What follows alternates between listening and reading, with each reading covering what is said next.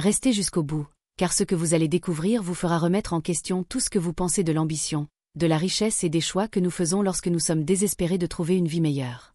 Le corps de Tandiou flottait dans les eaux sombres du Zambèze, les yeux grands ouverts fixés sur le ciel sans étoiles, le visage figé dans une expression de terreur absolue que personne ne pouvait expliquer. Ses mains étaient brûlées, comme si elles avaient tenu des braises, mais il n'y avait pas de feu à proximité.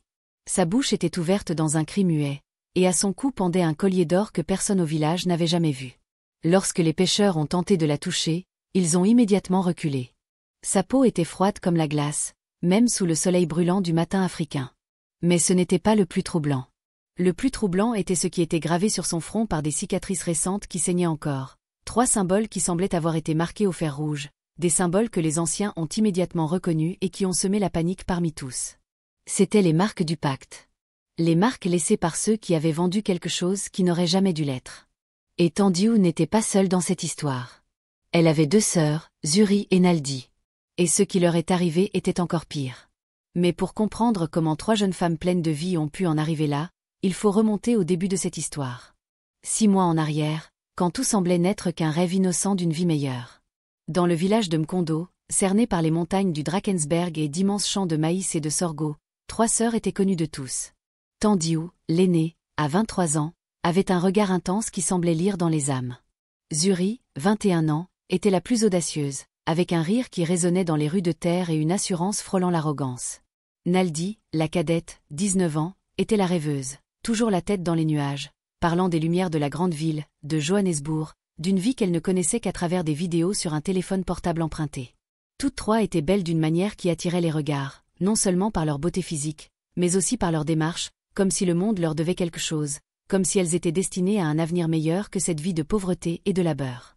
Tandis que les autres jeunes femmes se levaient avant l'aube pour aller chercher de l'eau, aider aux champs et s'occuper de leurs jeunes frères et sœurs, Tandiou, Zuri et Naldi passaient leurs après-midi à l'ombre des acacias, à rêver d'évasion, à imaginer des fortunes et à murmurer des histoires d'hommes riches qui pourraient les emmener loin de là. Leur mère, Mama Lezdi, était une femme courbée par le poids des épreuves, vendeuse de tissus au marché local, les mains calleuses et le regard fatigué par la souffrance. Elle essayait de conseiller ses filles chaque jour.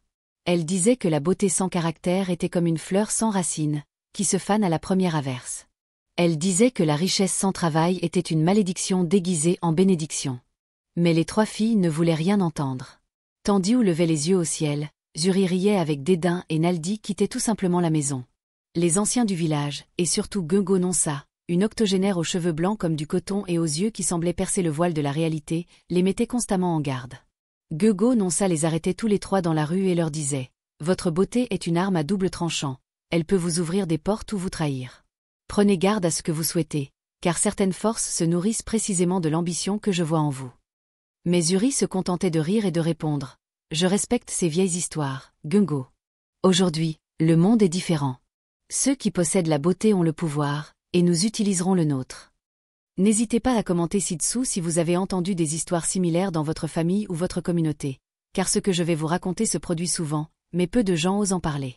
C'était par une chaude après-midi de janvier, alors que le soleil transformait la terre en braise et que l'air tremblait de chaleur, que tout bascula.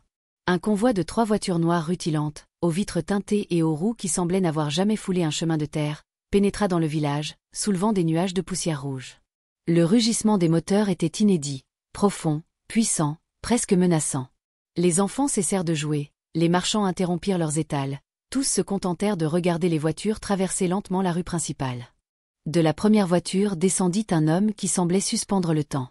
Grand, plus d'1,90 m, la peau aussi sombre que l'ébène poli, il portait un costume de lin blanc immaculé qui contrastait fortement avec son teint, des lunettes noires à monture dorée, et à son poignet, une montre qui valait sans doute plus que toutes les maisons de la rue réunies. Ses chaussures de cuir brillaient d'un tel éclat qu'elles reflétaient le soleil. Il dégageait une présence surnaturelle, une aura qui, instinctivement, inspirait la crainte, comme chez les animaux qui pressentent le danger avant même de le voir. Ils découvrirent plus tard que son nom était Bongani Nkosi. Mais il n'était pas celui qu'il prétendait être. Bongani acheta la plus grande propriété du village, une maison coloniale abandonnée au sommet d'une colline, entourée d'arbres centenaires et de hauts murs. Il paya comptant, avec des billets neufs et en règle, une somme que la plupart des habitants n'auraient jamais vue de leur vie. Il fit venir des ouvriers de l'extérieur, des hommes silencieux qui rénovèrent la maison en 2 semaines, installèrent des grilles en fer, des caméras, et transformèrent l'endroit en forteresse. Puis, étrangement, on ne voyait presque plus Bongani. Parfois, ses voitures partaient la nuit et rentraient avant l'aube. Parfois, une musique étrange s'échappait de la maison. Ce n'était pas de la musique africaine, c'était autre chose, quelque chose qui semblait venir d'un autre lieu, d'une autre époque. Et toujours, il y avait cette odeur. Une odeur d'encens mêlée à quelque chose d'indéfinissable, une odeur douceâtre et entêtante qui provoquait des maux de tête et d'étranges rêves. Naturellement, les rumeurs se sont répandues comme une traînée de poudre. On disait que Bongani était un prince d'un pays lointain. On disait qu'il était un trafiquant de diamants. On disait qu'il travaillait avec des politiciens corrompus. Chaque histoire était plus rocambolesque que la précédente. C'est ainsi que les rumeurs parvinrent aux oreilles de Tandilou, Zuri et Naldi. Assises à l'ombre, comme toujours, elles surprirent la conversation de deux femmes. L'une d'elles dit « Cet homme riche cherche des domestiques. J'ai entendu dire qu'il payait en dollars, en or. Imaginez travailler pour quelqu'un comme ça. » Zuri se leva d'un bond, les yeux brillants. « Travailler ? Pourquoi travailler quand on peut être tellement plus que des domestiques ? Un homme seul, avec toute cette fortune ? Il ne cherche pas des domestiques, il cherche de la compagnie. » Tandilou était plus prudente. « Il y a quelque chose d'étrange chez cet homme, vous n'avez pas remarqué ?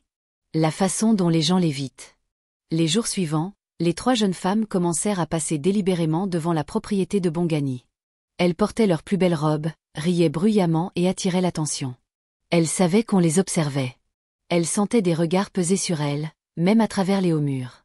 Parfois, en regardant par les fenêtres de la maison, elles apercevaient une silhouette immobile, qui se contentait d'observer. Tandilou ressentait un frisson à chaque fois qu'elle passait devant la maison. Au plus profond d'elle-même, quelque chose lui criait de fuir, mais la voix de l'ambition était plus forte que celle de son intuition. Et voici le moment qui changea tout. Soyez attentifs, car ce détail est crucial. Le 5e après-midi où elles passèrent devant la maison, elles trouvèrent une enveloppe sur le seuil.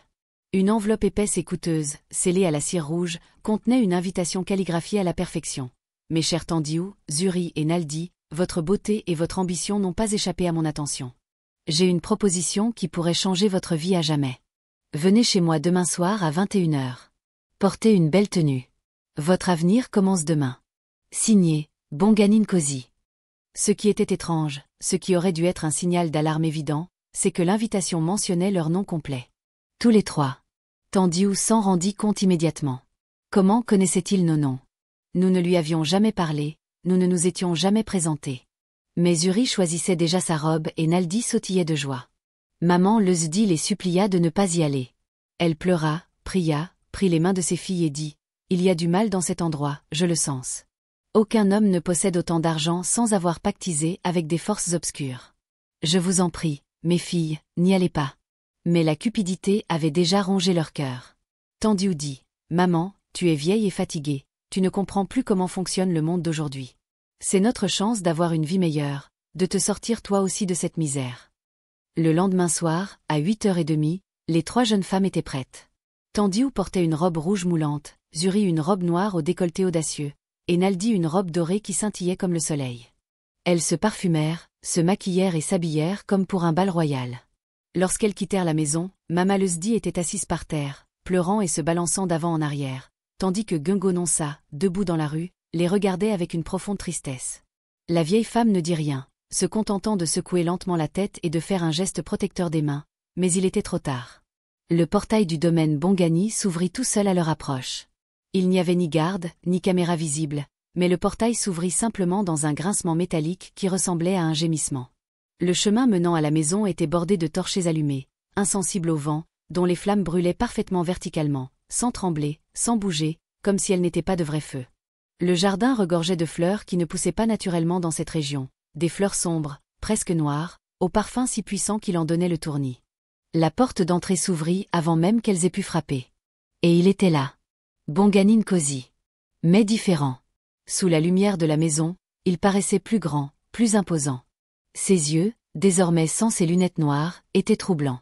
Ils étaient si sombres qu'on ne distinguait plus la pupille de l'iris, deux trous noirs qui semblaient absorber toute la lumière environnante. Il sourit, un sourire trop parfait, des dents trop blanches, trop éclatantes. « Bienvenue, mes belles reines, entrez, entrez, votre destin vous attend. » Sa voix était étrange, superposée, comme si plusieurs voix parlaient à la fois, harmonieuses mais pas tout à fait synchronisées. À l'intérieur, la maison était un palais. Sol en marbre, lustre en cristal, meubles qui semblaient être de précieuses antiquités. Mais quelque chose clochait. Il n'y avait ni photos, ni documents, rien de personnel. C'était comme un décor de théâtre, comme si cette maison n'était pas vraiment habitée, juste aménagée pour cette soirée. Il les conduisit dans une grande pièce où trônait une immense table recouverte d'une nappe de velours noir. Des bougies rouges, au parfum doux et capiteux, étaient disposées en un cercle parfait. « Asseyez-vous, mes filles, nous avons beaucoup à discuter. » Elles s'assirent, et c'est alors que Naldi remarqua quelque chose qui fit battre son cœur à tout rompre. L'ombre de Bongani sur le mur ne suivait pas ses mouvements. Lorsqu'il levait la main droite, l'ombre bougeait la gauche. Lorsqu'il penchait la tête en avant, l'ombre reculait. Elle cligna des yeux à plusieurs reprises, se demandant si elle n'hallucinait pas. Mais non, l'ombre avait bel et bien une vie propre. Elle donna un petit coup de coude discret à Zuri en lui montrant du doigt, mais Zuri secoua la tête avec impatience. Elle était trop impatiente d'entendre la proposition. Et si vous appréciez cette histoire, laissez un commentaire pour nous dire jusqu'où vous pensez qu'elle ira. Et tant que vous y êtes, abonnez-vous à la chaîne, car nous devons atteindre 1000 abonnés et vous ferez partie de cette communauté qui aime les histoires réalistes et intenses comme celle-ci. Bongani servit du vin dans des verres en cristal d'un autre âge, ornés de gravures que Tendiou ne parvint pas à identifier, d'étranges symboles qui semblaient s'animer sous son regard. Buvez, célébrez, car aujourd'hui, votre vie bascule. Le vin était épais, presque comme du sang, avec une amertume persistante. Mais ils burent, par politesse, pour ne pas gâcher l'occasion. Bongani prit la parole.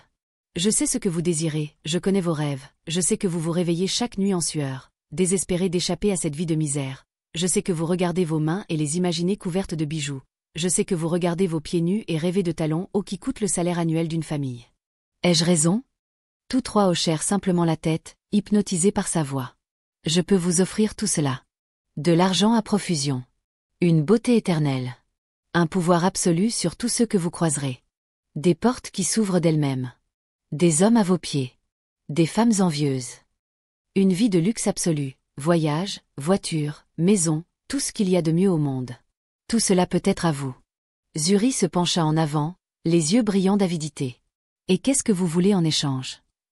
Bongani esquissa ce sourire inquiétant. Juste une nuit. Une seule nuit avec chacune de vous. Rien de violent, rien de douloureux, juste une nuit de compagnie. Et au matin, vous vous réveillerez plus riche que dans vos rêves les plus fous. C'est un simple échange. Une nuit pour l'éternité. Naldi sentit une pointe de douleur dans sa poitrine. Ça ressemble à de la prostitution. Bongani rit, un rire qui résonna étrangement dans la pièce. La prostitution, c'est quand on vend son corps sans cesse pour des miettes. Ceci est un investissement. Une seule transaction qui assure votre avenir. Voyez ça comme une aventure d'un soir, mais sans les complications, juste les avantages. Tendiou, qui était restée silencieuse jusque-là, prit enfin la parole. Et si on refuse? À vous de choisir. Le silence dans la pièce était si pesant qu'il semblait glacial. Soudain, Bongani fit quelque chose qui aurait dû les faire tous fuir. Il tendit la main, et soudain, 3 liasses de billets apparurent sur la table, comme par magie. Pas de bourse, pas de tiroir, elles étaient apparues d'elles-mêmes. Chaque liasse contenait des milliers de rangs, des milliers de dollars, des billets neufs, impeccables. À côté de chaque liasse, un écrin de velours. Il ouvrit les écrins une à une. Des diamants. Non pas de petites pierres, mais des diamants gros comme des grains de raisin, qui brillaient même à la faible lueur des bougies, qui semblaient avoir leur propre lumière. Pour Tendiou, un collier de diamants à faire pâlir d'envie n'importe quelle reine. Pour Zuri, des bracelets qui ressemblaient à de l'eau figée, si parfaits qu'ils paraissaient irréels. Pour Naldi, des boucles d'oreilles qui captaient la lumière et la transformaient en arc-en-ciel. Ce n'est que le début, murmura Bongani, ce n'est que pour aujourd'hui, imagine la suite. Zuri s'apprêtait déjà à toucher les diamants lorsque Tendiou l'arrêta. Il faut qu'on parle, seul, maintenant. Bongani se leva avec grâce. Bien sûr, utilisez la pièce d'axe en grave côté, prenez tout votre temps, mais sachez que cette offre expire à l'aube. Après, vous ne la reverrez plus jamais. Il partit, mais sa présence semblait encore planer dans la pièce, comme si une partie de lui était restée, à l'écoute. Toutes trois se rassemblèrent dans un coin, chuchotant frénétiquement. Zuri, exaspéré, s'écria. Vous voyez ça? C'est réel, il est réel, l'argent est réel, il faut qu'on accepte maintenant, ça n'arrivera plus jamais. Naldi était déchiré. Je le veux vraiment. Mais il y a quelque chose qui cloche, vous ne l'avez pas senti? La façon dont cet argent est apparu comme par magie? Et Tendiou, l'aîné, la plus responsable, était en proie à un conflit intérieur. Une partie d'elle voulait tout prendre et s'enfuir, mais une autre, plus profonde, hurlait que c'était un piège. Et si c'était vrai? Et si c'était notre seule chance d'échapper à la pauvreté? Combien de personnes ont une telle opportunité dans leur vie? Réfléchissons-y, une seule nuit, et nos vies basculent. N'est-ce pas un petit prix à payer? Et voici le moment crucial, celui qui décide de tout. Tandiu regarda ses sœurs, vit l'espoir désespéré dans les yeux de Naldi, la détermination obstinée dans ceux de Zuri, et prit la décision qu'elle regretterait jusqu'à la fin de ses jours. Nous acceptons.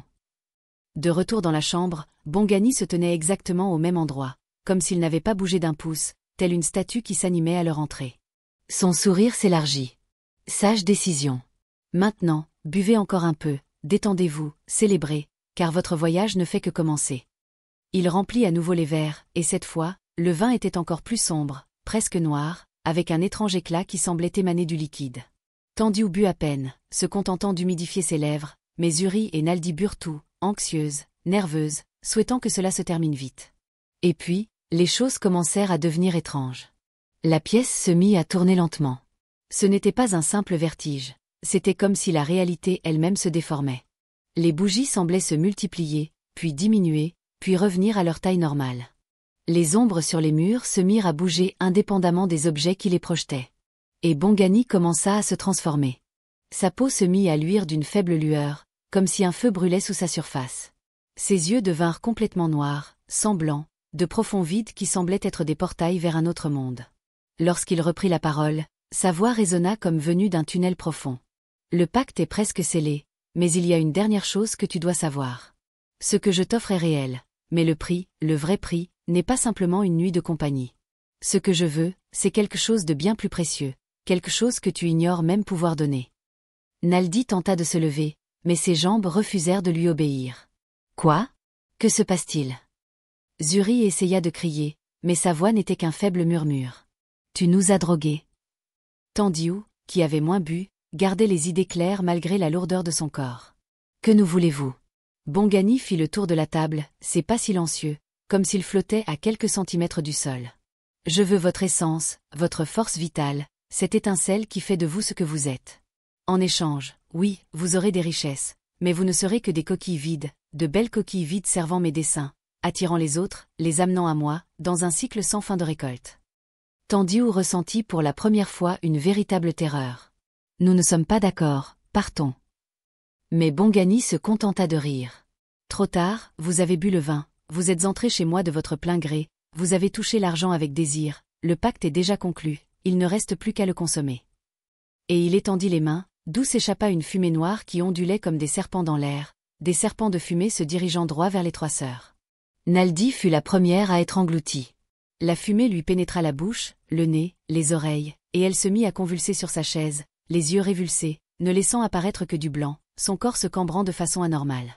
Zuri tenta de lutter, mais la fumée l'avait déjà envahie elle aussi, et elle sentait quelque chose d'essentiel, quelque chose qui faisait d'elle ce qu'elle était, qu'on lui arrachait de l'intérieur.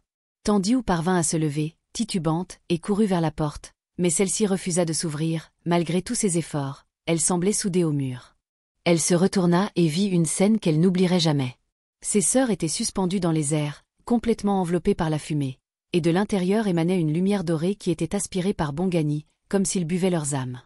Les cris étaient assourdissants, mais ils venaient de l'intérieur, ils étaient inaudibles, c'étaient des cris qu'elle ressentait au plus profond d'elle-même, dans son sang.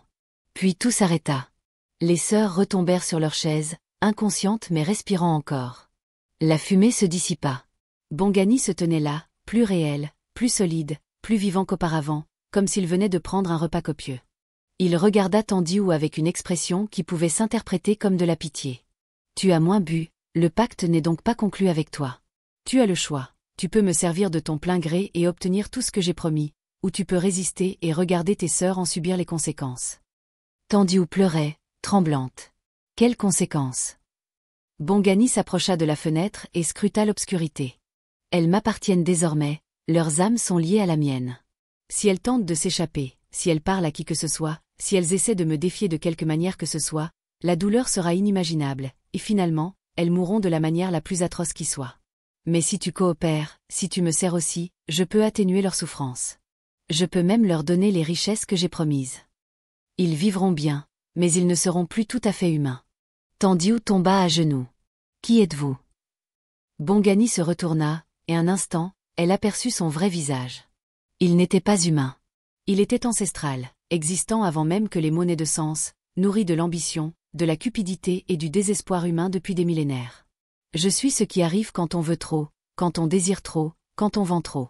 Je suis la conséquence, je suis le prix à payer, je suis l'inévitable, et vous m'avez invoqué à chaque pensée avide, à chaque désir égoïste, à chaque instant où vous avez préféré le faste à la substance. Et maintenant, vous m'appartenez. Tandiu n'eut pas le choix.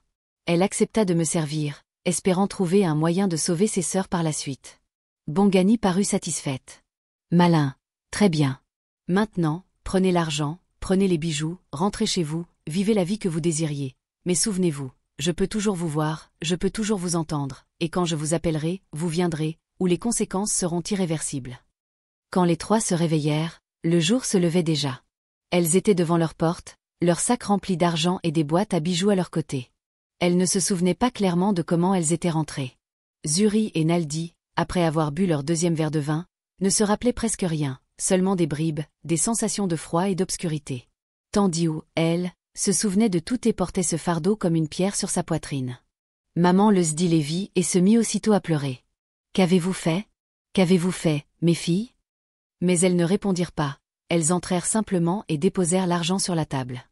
Zuri tenta de sourire. « Nous sommes riches, maman, tu n'as plus à t'inquiéter. » Mais son sourire n'atteignit pas ses yeux, qui étaient désormais vides, d'une tristesse qui n'existait pas auparavant. Les jours suivants furent une farce. Les trois jeunes gens étalaient leurs richesses dans tout le village, achetant vêtements, nourriture et cadeaux pour tous, mais quelque chose clochait profondément. Naldi ne sentait plus le goût des aliments. Zuri ne percevait plus sa température. Elle ne savait plus si elle avait chaud ou froid. Tandiu faisait des cauchemars toutes les nuits, des rêves où elle voyait Bongani debout au pied de son lit, à la regarder, à attendre. Et il y avait aussi des signes physiques. Leurs ombres se mirent à agir étrangement, parfois en mouvement alors qu'elles étaient immobiles, parfois disparaissant complètement, même au soleil. Les animaux les évitaient. Les chiens grognaient à leur passage. Les oiseaux changeaient de direction en plein vol. Et toujours, cette odeur d'encens les suivait, malgré tous leurs efforts pour se laver. C'est Naldi qui commença à s'effondrer la première. 2 semaines après cette nuit-là, elle se réveilla avec des marques sur le corps, de profondes griffures dans le dos formant des motifs, des symboles qu'elle ne reconnaissait pas. Elle hurla, et Tandiu et Zuri accoururent. En voyant les marques, elles surent immédiatement qu'elle n'était pas normale. Chaude au toucher, elles pulsaient comme si elles avaient leur propre cœur et luisaient faiblement dans l'obscurité. Tandiu paniqua. « Il nous faut de l'aide, il faut aller voir le marabout. » Le marabout du village s'appelait Baba Tulani, réputé pour sa connaissance des esprits, des ancêtres et des forces qui existent au-delà du voile de la réalité physique. Il était âgé, peut-être 80 ans, borgne, mais on disait qu'il voyait plus avec cet œil mort que quiconque avec 2 yeux vivants. Quand les trois entrèrent dans sa hutte, il était assis par terre, enveloppé d'une fumée d'herbe, des ossements d'animaux disposés selon des motifs précis. Il n'eut même pas besoin de les regarder pour comprendre ce qui s'était passé. Vous avez fait un pacte avec lui, vous lui avez donné ce qui ne vous appartenait pas. Sa voix était dure, mais empreinte d'une certitude absolue. Tandiu tomba à genoux. Comment pouvons-nous revenir en arrière? Comment sauver Naldi? Baba Tulani finit par les regarder, et une profonde tristesse se lisait dans ses yeux. Vous ne pouvez pas. Un pacte de cette nature est éternel. Ce qui a été donné est irrévocable, ce qui a été perdu l'est à jamais. Mais vous pouvez faire quelque chose. Vous pouvez résister, vous pouvez refuser de le servir lorsqu'il vous appelle, mais cela a un prix terrible. Il exigera ce qu'il veut, il exigera souffrance, douleur, et finalement vos vies. Mais au moins, vous mourrez avec votre âme encore partiellement intacte. Si vous continuez à le servir, vous perdrez même cela. Vous deviendrez complètement vide, de simples instruments pour attirer d'autres personnes. Tous trois quittèrent la cabane en silence, sachant qu'il n'y avait pas d'issue facile, sachant qu'ils avaient fait un choix qui les condamnerait d'une manière ou d'une autre. Cette nuit-là, Naldi entendit la voix pour la première fois. Elle venait de l'extérieur, par la fenêtre, douce, séductrice, l'appelant par son nom. Naldi, Naldi, ma belle Naldi, viens, viens à moi, j'ai des cadeaux pour toi, des merveilles à te montrer. Elle tenta de résister, se boucha les oreilles, se recroquevilla dans son lit, mais la voix devint plus forte, plus insistante, jusqu'à ce qu'elle ne soit plus qu'une voix, mais une pression physique dans sa tête, une douleur aiguë qui s'intensifiait à chaque seconde de résistance. Zuri se réveilla au cri de Naldi et la trouva sur le sol, se tordant de douleur, du sang coulant de son nez et de ses oreilles, des larmes de sang ruisselant de ses yeux. « Arrête de résister, pour l'amour de Dieu, arrête, tu vas mourir. » Mais Naldi continua de se débattre jusqu'à ce que son corps cède et qu'elle perde connaissance. À son réveil, des heures plus tard, les marques sur son dos s'étaient étendues, recouvrant désormais ses bras, son cou, grimpant comme des lianes venimeuses. Tandiou savait qu'il fallait agir radicalement. Elle alla à la banque, retira tout l'argent que Bongani lui avait donné, rassembla tous les bijoux, mit le tout dans un sac et décida de tout lui rendre. Si on lui rend tout, peut-être que le pacte sera rompu, peut-être qu'il nous libérera. Zuri n'était pas convaincue, mais elle était assez désespérée pour tout tenter. Le lendemain matin, toutes trois se rendirent à la propriété de Bongani. Le portail était ouvert, comme s'il les attendait. La maison était sombre, mais elle sentait sa présence, son regard posé sur elle, même si elle ne pouvait pas le voir. Tandiou déposa le sac à l'entrée. « On vous rend tout, on ne veut rien de vous, libérez-nous de ce pacte. » Le silence qui suivit était pesant, suffocant. Puis les rires éclatèrent, non pas d'un endroit précis, mais de partout à la fois, des murs, du sol, de l'air. « Imbécile, vous croyez que c'est une question d'argent? Il croit que c'est une question de bijoux? Ce que je t'ai donné ne signifie rien, ce que je t'ai pris ne peut être racheté, le pacte est désormais dans ton sang, il est dans chaque cellule de ton corps, il ne prendra fin qu'avec ta mort. » Naldi se mit à hurler. « Je n'en peux plus, je ne veux plus de ça, laissez-moi tranquille. » Puis, dans un geste impulsif, désespéré, elle courut vers le fleuve. Tandiou et Zuri la poursuivirent en criant son nom, mais Naldi, plus rapide que les autres, était poussé par le désespoir et la douleur. Puis, au lever du soleil, ils aperçurent le corps. Il se trouvait à environ 200 mètres en aval, accroché à des rochers, flottant face contre terre. En s'approchant, l'horreur de ce qu'ils virent les fit reculer. Le corps de Naldi était couvert de brûlures, comme si elle avait été plongée dans les flammes, mais il n'y avait pas de feu dans la rivière. Ses yeux étaient ouverts, figés dans une expression de terreur absolue. Ses mains étaient entièrement noircies, carbonisées. Et sur son front, gravés comme au fer rouge, 3 symboles brillaient faiblement, même au soleil. Les pêcheurs qui aidèrent à repêcher le corps murmurèrent des prières pour la protection, faisant des signes pour conjurer le mauvais sort. L'un d'eux, un vieil homme qui avait vu bien des choses étranges dans la rivière au fil des ans, regarda Tandiou et Zuri et dit « Ce n'était pas une noyade, c'était un châtiment. Elle a tenté d'échapper à quelque chose qui ne lâche jamais sa proie. Vous êtes marqués, vous aussi. Je le vois, je vois les ombres autour de vous. Faites attention, car ce qui l'a attrapé vous attrapera aussi si vous n'êtes pas prudente. » Les funérailles de Naldi furent intimes. Nombreux étaient ceux, au village, qui hésitaient à s'approcher, craignant d'être contaminés par la malédiction qui s'était manifestement abattue sur cette famille. Mama Lezdi était anéantie. Elle avait perdu la moitié de son poids en 2 semaines, ses cheveux étaient devenus complètement blancs du jour au lendemain. Elle ne parlait plus, se contentant de se balancer doucement, murmurant des prières incompréhensibles. Gego nonça vint aux funérailles et prit Tandiou et Zuri à part. « Écoutez bien ce que je vais vous dire, car je ne le répéterai pas, vous avez le choix. Vous pouvez continuer sur cette voie et finir comme votre sœur, ou vous pouvez faire quelque chose qui exigera plus de courage que tout ce que vous avez jamais fait. Vous devez le dénoncer, vous devez dire la vérité, vous devez avertir les autres. Cela le mettra en rage, cela attirera toute sa colère sur vous. Mais c'est le seul moyen, peut-être, de racheter une partie de ce que vous avez perdu. Et si vous pouviez éviter à ne serait-ce qu'une seule personne de commettre la même erreur que vous, peut-être les ancêtres auront-ils pitié de vos âmes. Et si vous, qui regardez cette vidéo, souhaitez connaître la fin de cette histoire, n'hésitez pas à liker et à vous abonner à la chaîne, car nous approchons du moment le plus intense et vous ne voudrez pas manquer la suite. Cette nuit-là, Tandiou et Zuri parlèrent des heures durant. La douleur de la perte de Naldi était insupportable, mais le pire était de savoir que c'était elle qui l'avait amené là, par leur choix, leur cupidité, leur ambition aveugle.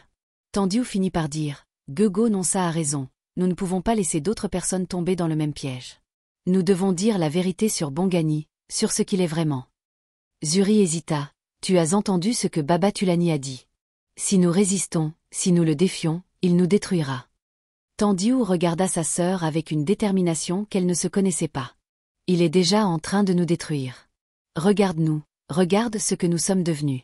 Au moins, si nous mourons en essayant de faire ce qui est juste, nous mourrons en êtres humains, et non comme de simples pions. » Et c'est ainsi qu'elles prirent la décision qui allait tout changer.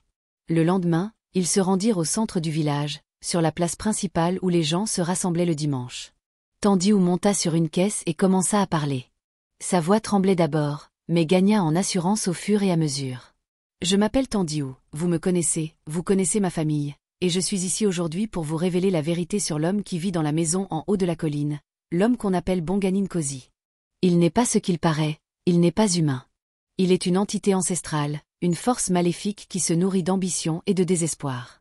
Il a conclu un pacte avec moi, mes sœurs et beaucoup d'autres. Il promet richesse et pouvoir, mais ce qu'il veut vraiment, c'est votre essence, votre âme, votre humanité. Ma sœur Naldi est morte à cause de lui. Elle est morte en essayant d'échapper au pacte que nous avions conclu. Et si vous voyez cet homme, s'il vous propose quelque chose qui semble trop beau pour être vrai, fuyez, car le prix à payer est exorbitant. La foule resta silencieuse. Certains la croyaient, d'autres pensaient qu'elle était devenue folle de chagrin, mais tout le monde pouvait l'entendre.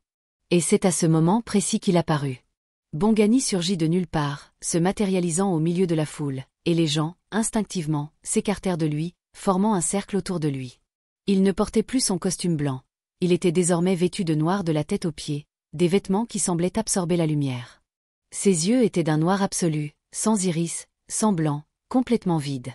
Lorsqu'il parla, sa voix résonna d'une manière qui fit vibrer les os. « Tandiou, Tandiou, tu violes les règles de notre accord, tu me défies ouvertement, sais-tu ce que cela signifie ?» Tandiou tremblait, mais resta immobile. « Cela signifie que je préfère mourir que de vivre comme ton esclave. Cela signifie que je me battrai jusqu'à mon dernier souffle pour t'empêcher de faire à d'autres ce que tu nous as fait. » Bongani sourit, et c'était le sourire le plus terrifiant que quiconque ait jamais vu. « Très bien, qu'il en soit ainsi, tu as choisi ton destin. » Il leva la main, et Tandiou sentit une étreinte l'envahir de l'intérieur, comme si des griffes invisibles lui déchiraient la poitrine. Elle tomba à genoux, du sang coulant de son nez et de ses oreilles. La douleur était indescriptible, c'était comme si chaque cellule de son corps brûlait de l'intérieur. Mais elle ne cria pas. Elle refusait de lui donner cette satisfaction. Elle regarda la foule et parvint à dire « Regardez, regardez ce qu'il est vraiment. Ne croyez pas à ses promesses. Ne tombez pas dans le piège comme nous. » Et alors, Zuri fit quelque chose d'étonnant. Elle se plaça entre Bongani et Tandiou. « Si vous voulez la prendre, il faudra me prendre d'abord. » Bongani rit. « Comme vous voudrez. » Et elle tendit la main à Zuri elle aussi. Mais à ce moment-là, un événement inattendu se produisit. Guego Nonsa s'approcha, suivi d'autres aînés du village, des femmes âgées qui connaissaient les prières ancestrales, les rituels ancestraux, les protections transmises de génération en génération. Ils formèrent un cercle autour de Tandiou et Zuri et commencèrent à chanter dans une langue ancienne que la plupart des gens ne comprenaient plus, une langue qui existait avant la colonisation, avant les églises, une langue qui parlait directement aux ancêtres. Bongani recula d'un pas. Son expression passa de la confiance à une inquiétude qui pouvait s'interpréter. « Vous ne savez pas à qui vous avez affaire, vieilles femmes insensées. J'existe depuis des millénaires, j'étais là avant vos lignées, je serai là après leur extinction. » Mais Guego Nonsa ne cessa pas de chanter, et plus elle chantait, moins Bongani semblait tangible, moins réel, comme si les mots anciens dissolvaient le masque qu'ils portaient pour exister sur ce plan.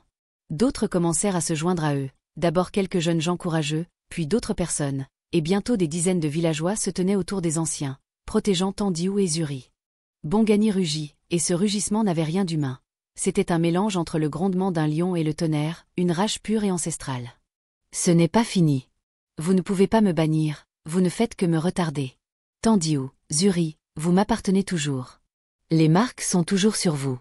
Tôt ou tard, je récupérerai ce qui m'appartient. » Sur ces mots, il commença à se dissoudre, se transformant littéralement en une fumée noire emportée par le vent. Mais avant de disparaître complètement, il désigna Zuri du doigt. « Ce sera ton tour ensuite. » Et la fumée se dissipa. Tandiou s'effondra dans les bras de Guego Nonsa, épuisée, ensanglantée, mais vivante. Zuri était sous le choc, tremblante de tous ses membres. Les anciens continuèrent leur chant pendant des heures, créant une barrière protectrice autour des deux sœurs. Les jours suivants, tout le village se mobilisa. Des groupes d'hommes se rendirent sur la propriété de Bongani et l'incendièrent entièrement. Il ne restait plus rien, seulement des cendres et de la terre brûlée. Mais chacun savait que cela ne suffisait pas. Bongani n'était pas de ceux qu'on pouvait détruire par le feu. Il était une idée, une force, et les idées sont bien plus difficiles à tuer. Tandiou passa des semaines à se rétablir, mais les marques sur son corps ne disparurent jamais complètement. De fines lignes dessinaient d'étranges motifs sur sa peau. Chaque nuit, elle faisait des cauchemars, revoyait Naldi, revoyait Bongani, voyait des choses indescriptibles à son réveil. Mais elle avait fait une promesse. Elle avait promis de consacrer le reste de sa vie à avertir les autres, à raconter son histoire, à empêcher quiconque de faire les mêmes choix qu'elle. L'état de Zuri, en revanche, empirait. Les dernières paroles de Bongani résonnaient encore en elle. Ce sera ton tour ensuite, et elle en ressentait la vérité. Elle commença à éprouver les mêmes symptômes que Naldi. Elle se réveillait avec des égratignures, entendait des voix, voyait des ombres qui n'auraient pas dû être là. Tandiou essayait de la protéger, la gardait près d'elle, faisait en sorte que les anciens accomplissent constamment des rituels de protection. Mais c'était peine perdue, le pacte était trop fort, profondément ancré dans le sang de Zuri. Une nuit, 3 mois après la mort de Naldi, Zuri réveilla Tandiou. Elle était calme, trop sereine. Tandiou, il faut que je te dise quelque chose. Il m'appelle, je le sens. Je ne peux plus résister, la douleur est insupportable. Mais contrairement à Naldi, je ne fuirai pas. J'irai le voir, mais je tenterai une chose, découvrir son point faible, trouver le moyen de le briser de l'intérieur. Si je ne reviens pas, tu sauras ce qui s'est passé, mais si je trouve quelque chose, j'essaierai de t'envoyer un signe. Tandiou serra sa sœur dans ses bras, désespéré. Non, ne pars pas, on peut se battre ensemble, on peut résister ensemble. Mais Zuri secoua la tête. On ne peut pas, tu sais bien qu'on ne peut pas, il est trop fort, le pacte est trop fort, mais peut-être, juste peut-être, que je peux retourner ses forces contre lui. Je vais feindre la soumission, feindre la coopération, et j'observerai, j'apprendrai, et s'il y a une chance, je te le ferai savoir. Avant que Tandiou ne puisse l'arrêter, Zuri disparut dans la nuit.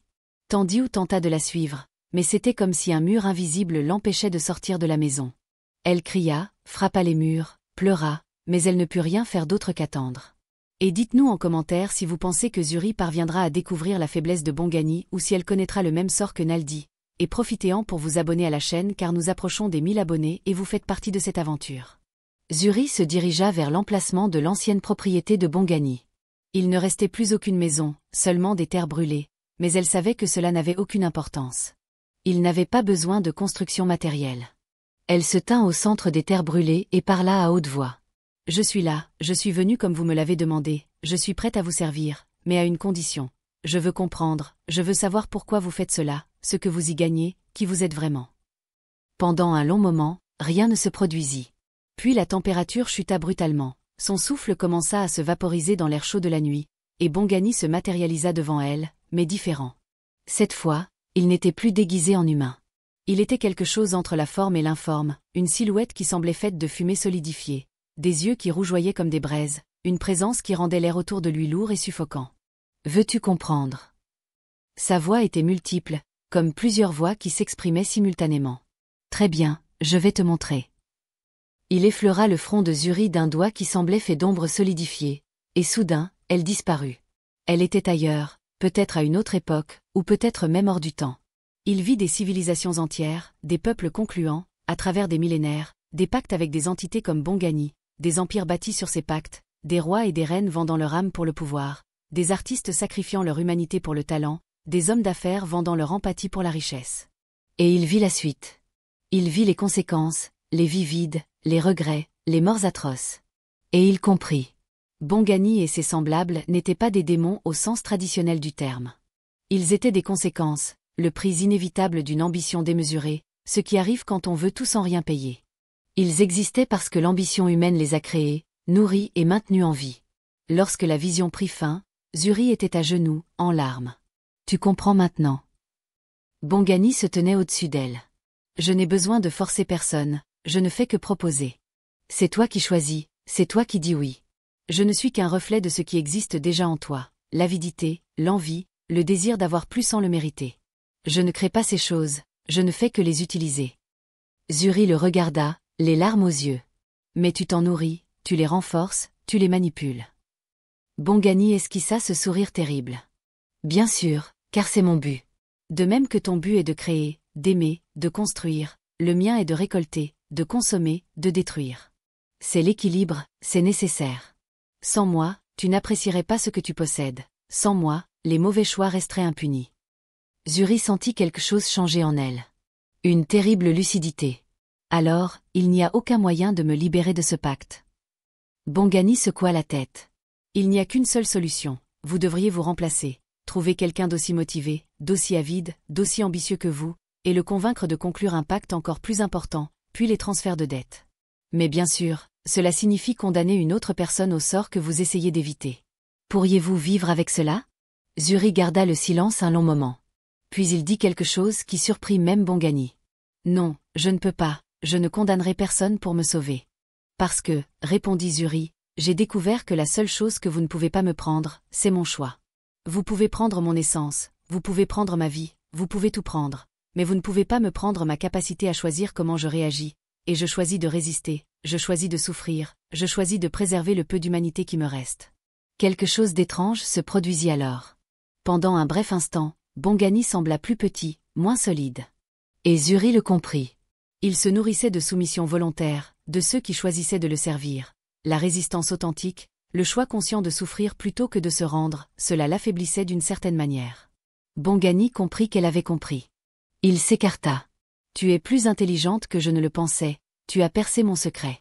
Oui, j'ai besoin de consentement, j'ai besoin d'une soumission volontaire. La contrainte ne me nourrit pas de la même manière, mais peu importe. Tu as déjà donné ton consentement en buvant le vin, en entrant chez moi, en acceptant l'argent. Le pacte est scellé. Ta résistance ne fait que prolonger tes souffrances. Zuri sourit à travers ses larmes. Alors je les prolongerai autant que possible. Chaque jour de résistance est un jour où tu ne peux pas utiliser mon corps pleinement. Chaque instant de résistance est un instant où tu n'atteins pas ton but. Je ne pourrai peut-être pas me libérer, mais je peux te rendre impuissant. Et pour la première fois, Bongani sembla véritablement en colère. Imbécile, cela signifie seulement que lorsque tu finiras par craquer, et tu craqueras, tes souffrances seront décuplées. Mais Zuri avait pris sa décision. Elle fut renvoyée dans le monde physique, se réveilla au milieu d'une terre brûlée, mais quelque chose avait changé en elle. Elle avait retrouvé la lucidité, un but. Elle rentra chez elle à l'aube et trouva Tandiou éveillé, qui l'attendait, les yeux rougis par les larmes. Quand Zuri franchit le seuil, Tandiou la serra si fort dans ses bras qu'elle en eut le souffle coupé. « Tu es de retour.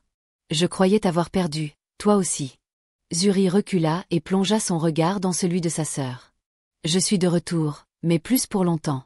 Le pacte finira par me tuer, mais j'ai découvert quelque chose d'important, j'ai découvert sa faiblesse. Il a besoin d'une soumission volontaire, il a besoin que nous choisissions de le servir. Une véritable résistance l'affaiblit, elle ne rompt pas le pacte, mais elle le rend moins efficace, moins capable de nous manipuler pleinement. » Tandiou tenait les mains de sa sœur. « Alors on peut se battre, on peut résister ensemble. » Zuri secoua la tête. « Toi, tu peux te battre. Ton pacte n'était pas complet parce que tu as moins bu de vin. Tu as une réelle chance de te libérer un jour. Mais moi, j'ai déjà trop donné. Ce que je peux faire, c'est résister suffisamment pour t'empêcher de m'utiliser pour faire du mal aux autres. Je peux t'apprendre tout ce que j'ai appris, pour que tu puisses aider les autres à ne pas commettre la même erreur. » Les mois suivants, c'est exactement ce qu'elles firent. Zuri, malgré la douleur constante, malgré les marques qui se propageaient sur son corps, malgré les voix qui la tourmentaient jour et nuit, résista.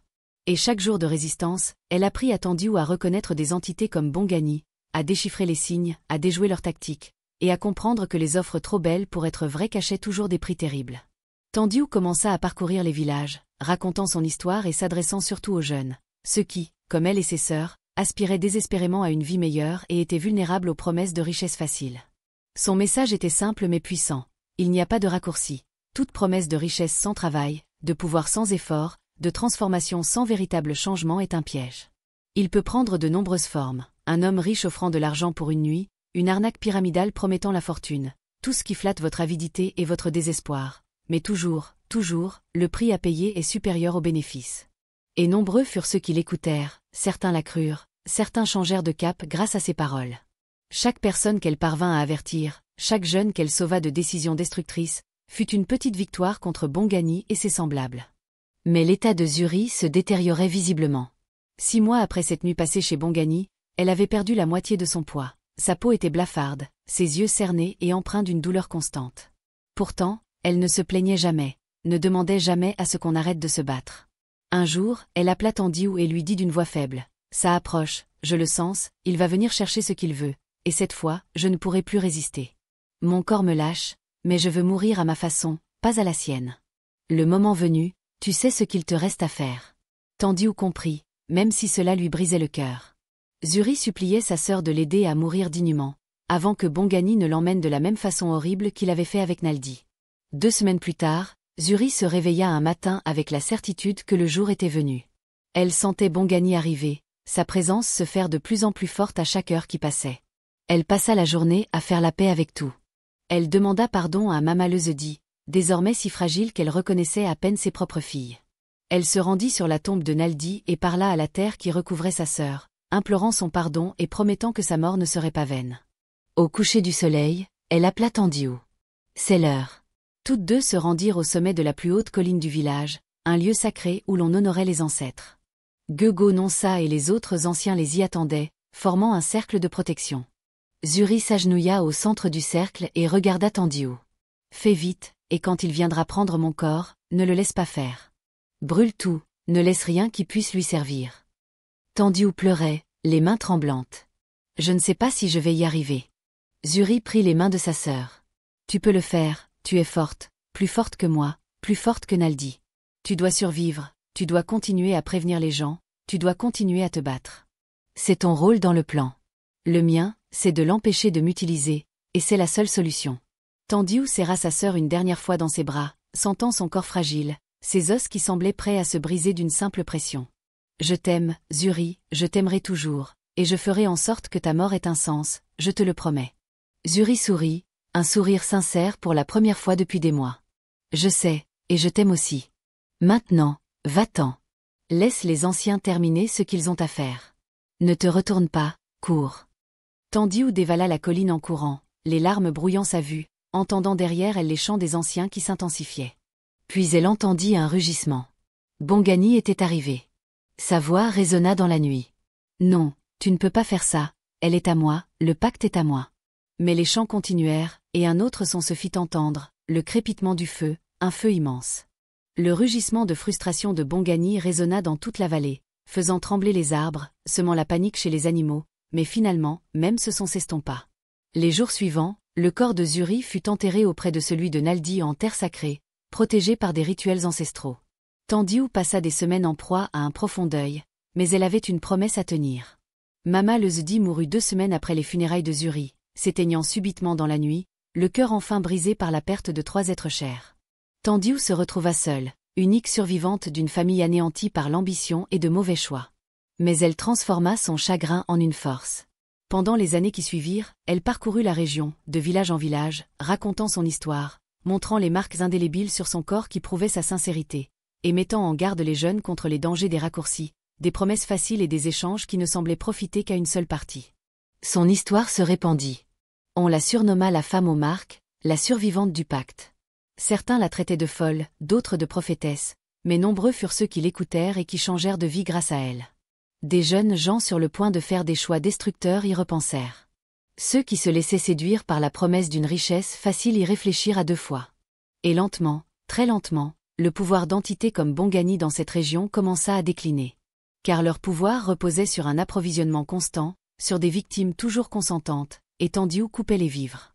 Elle apprit aux gens à reconnaître les signes, des hommes ou des femmes surgissant de nulle part avec une richesse inexplicable, des offres trop belles pour être vraies, des situations où le prix n'était pas clairement fixé, tout ce qui faisait appel à la cupidité plutôt qu'au travail honnête. Les années passèrent. Tandiou vieillit, ses cheveux blanchirent, son visage se rida, mais les marques sur son corps demeurèrent, témoins constants du prix qu'elle et ses sœurs avaient payé pour un instant d'ambition aveugle. Elle ne se maria jamais, n'eut jamais d'enfant, consacrant sa vie entière à sa mission. Et un jour, alors qu'elle approchait la 60aine, un événement extraordinaire se produisit.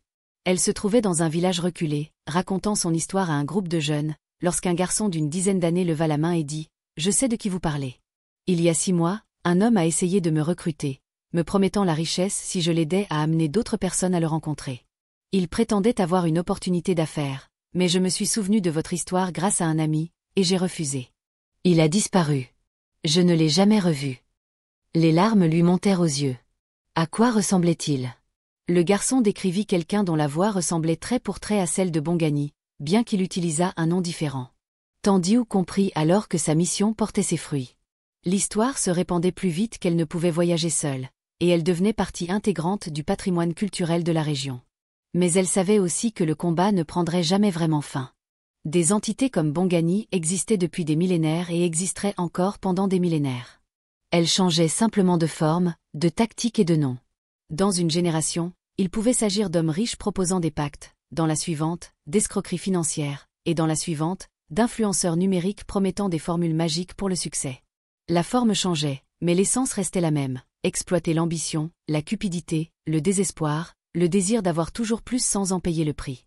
La seule véritable défense résidait dans l'éducation, la prise de conscience et l'apprentissage, pour chaque nouvelle génération, de la reconnaissance de ses pièges, de la méfiance envers les offres qui semblaient miraculeuses, de la compréhension que la véritable richesse, le véritable succès, le véritable épanouissement, tout cela provenait du travail, du caractère, de choix constants sur la durée, jamais d'un seul pacte, d'une seule nuit, d'une seule transaction miraculeuse. Tandiu vécut jusqu'à 73 ans. À la fin, elle était entourée de dizaines de personnes dont elle avait marqué la vie, qui, après avoir entendu son histoire, avaient fait de meilleurs choix grâce à elle. Ces derniers mots, murmurés à Gungo Nonsa, qui avait miraculeusement vécu jusqu'à 105 ans, furent « Zuri et Naldi, j'ai trouvé le moyen de racheter nos erreurs, j'ai sauvé beaucoup de vies, j'espère que cela suffira. » Gungo Nonsa lui prit la main et dit « C'était suffisant, tes sœurs peuvent reposer en paix maintenant, et toi aussi, tu as bien combattu, tu as mené ta course jusqu'au bout. » Tandiu ferma les yeux et enfin, après 50 ans passés à porter le poids de la culpabilité, des regrets et de la douleur, elle trouva la paix. Ses funérailles furent grandioses. Des gens de 30 villages différents vinrent lui rendre hommage. Ils racontèrent comment elle leur avait sauvé la vie, comment elle avait mis en garde leurs enfants, comment elle avait empêché des tragédies. Et son histoire ne s'est pas éteinte avec elle. Elle s'est transmise de génération en génération, devenant légende, mythe, leçon.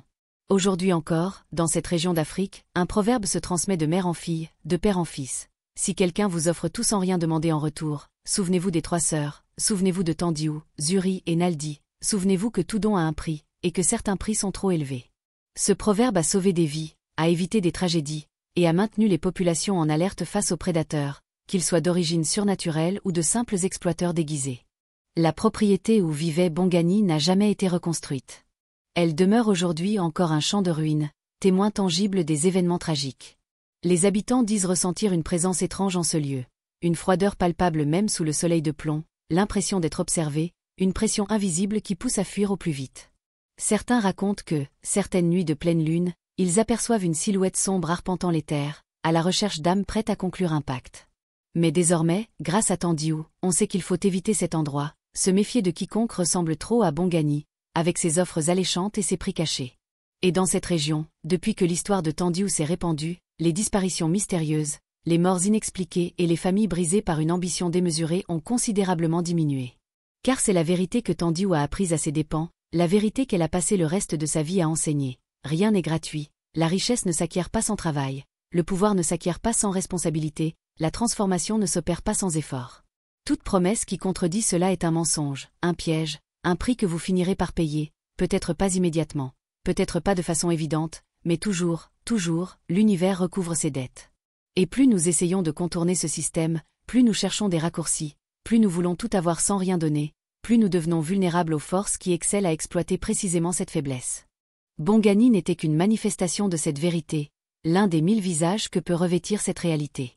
Et tant qu'il y aura une ambition débridée, tant qu'il y aura une avidité aveugle, tant qu'il y aura un désespoir qui obscurcit le jugement, il y aura toujours des Bongani tapis dans l'ombre, prêts à vous offrir ce que vous désirez en échange de ce que vous ignorez perdre jusqu'à ce qu'il soit trop tard. Les cicatrices que Tandiu a portées pendant 50 ans ont fini par s'estomper, mais seulement après sa mort, comme si sa mission était accomplie, comme si l'univers avait enfin reconnu qu'elle avait payé sa dette, qu'elle avait racheté ses erreurs, qu'elle avait transformé sa tragédie en une sagesse qui a sauvé d'autres personnes. Sa tombe, aux côtés de celle de ses sœurs, est désormais un lieu de pèlerinage. Des gens viennent de loin pour se recueillir, chercher des conseils, renouveler leur engagement à vivre avec intégrité, à faire les bons choix même lorsque les mauvais semblent plus faciles. Et au-dessus des 3 tombes, quelqu'un a gravé une inscription qui résume toute l'histoire en quelques mots. Ici reposent 3 sœurs, 2 qui ont payé le prix fort de l'ambition, une qui a consacré sa vie à protéger les autres. Puisse leur histoire être à jamais commémorée, puissent leurs erreurs ne jamais se répéter, puisse leur rédemption inspirer les autres à choisir avec sagesse. Et maintenant, si vous êtes arrivé jusqu'ici, vous faites partie de quelque chose d'unique. Vous comprenez la valeur de ces histoires, vous savez qu'il est essentiel de se souvenir de ces leçons car la nature humaine reste la même. Les tentations sont toujours présentes, et les prédateurs changent simplement de masque. Alors, aidez-nous à diffuser cette histoire. Abonnez-vous à la chaîne si ce n'est pas déjà fait, likez la vidéo, partagez-la avec ceux qui en ont besoin. Plus cette histoire sera connue, plus on sera protégé de ses propres Bongani, qu'ils soient réels ou métaphoriques. Nous approchons des 1000 abonnés, et chacun d'entre vous est indispensable pour atteindre cet objectif. Rejoignez cette communauté qui valorise la sagesse, qui apprend des erreurs des autres, qui comprend que certaines leçons sont trop précieuses pour être apprises seules et qu'il faut les apprendre à travers les histoires de ceux qui en ont déjà payé le prix. L'héritage de Tandiu, Zuri et Naldi perdure aujourd'hui. Non pas dans les richesses qu'elles ont brièvement possédées, ni dans l'argent qui a disparu aussi vite qu'il est apparu, ni dans les bijoux enterrés avec Naldi et brûlés avec Zuri. Leur héritage vit dans la conscience collective, dans la sagesse culturelle, dans les avertissements transmis de génération en génération. Il vit en chaque jeune qui, face à une offre trop belle pour être vraie, se souvient de demander le prix réel. Il vit en chaque personne qui, tentée par la facilité, choisit la voie de la droiture, même si elle est plus ardue, plus longue, plus laborieuse. Il vit à chaque instant où l'on privilégie l'intégrité à la facilité, le caractère au confort, la vérité à l'illusion. Et le comble de l'ironie, c'est que Tandiu, dans les dernières années de sa vie, possédait une richesse authentique bien plus grande que celle qu'elle aurait jamais pu obtenir grâce au pacte avec Bongani. Non pas une richesse matérielle, même si les personnes qu'elle aidait partageaient souvent ce qu'elles avaient avec elle. Mais une richesse de sens, de but, de relations sincères, de respect de la communauté, de la certitude que sa vie avait eu un impact réel et durable sur le monde. Elle dormait paisiblement chaque nuit, chose qu'elle n'avait jamais connue dans les premières années suivant le pacte. Elle riait librement, chose qu'elle avait perdue sous le poids de la culpabilité. Elle aimait et était aimée, chose que le vide laissé par le pacte avait rendue presque impossible au début.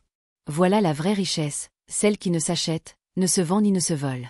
Elle se cultive, se construit, se mérite par des choix justes et répétés tout au long d'une vie. Voici donc l'histoire des 3 sœurs, une histoire d'ambition, de tragédie, de rédemption et d'héritage. C'est une histoire vraie, car elle révèle des vérités profondes sur la nature humaine, les conséquences de nos choix, le prix de l'avidité et la valeur de l'intégrité. Les noms ont peut-être changé, les détails ont pu être modifiés, mais l'essence demeure la même et s'est répétée sous 1000 formes et en 1000 lieux à travers l'histoire. Et elle continuera de se répéter, car la nature humaine, au fond, ne change pas. Ce qui peut évoluer, c'est notre conscience, notre sagesse, notre capacité à tirer des leçons des erreurs d'autrui au lieu de les commettre systématiquement nous-mêmes. C'est pourquoi des histoires comme celle-ci sont si importantes. C'est pourquoi nous devons les raconter, les écouter, nous en souvenir, les transmettre. Car le savoir est une protection, la sagesse une armure, et les histoires sont le moyen le plus ancien et le plus efficace de transmettre ce savoir et cette sagesse de génération en génération. Souvenez-vous des 3 sœurs la prochaine fois que quelqu'un vous offrira quelque chose qui semble miraculeux. Souvenez-vous de Tandiu lorsque vous devrez choisir entre la facilité et la droiture. Souvenez-vous de Zuri lorsque vous serez tenté de prendre des raccourcis qui trahissent vos valeurs. Souvenez-vous de Naldi comme d'un avertissement contre les conséquences de la prise de conscience tardive de nos erreurs. Et puisse leur histoire, née de la douleur mais transformée en sagesse, continuer à protéger les générations futures. Car celle a le véritable pouvoir des histoires. Elles nous permettent de vivre 1000 vies, d'apprendre 1000 leçons, d'éviter 1000 pièges, grâce à l'expérience d'autrui. Et si cette histoire a empêché quelqu'un de conclure un pacte destructeur, si elle a mis en garde contre les dangers d'une ambition démesurée, si elle a inspiré quelqu'un à choisir la voie de l'intégrité, alors Tandiu, Zuri et Naldi ne sont pas mortes en vain. Leur sacrifice, leur tragédie, leur rédemption, tout cela avait un sens. Et c'est, au final, tout ce que nous pouvons espérer, que nos vies, nos erreurs, nos succès, nos histoires, aient un sens pour les autres, fassent une différence, laissent le monde un peu meilleur, un peu plus sage, un peu plus protégé qu'il ne l'était avant notre passage.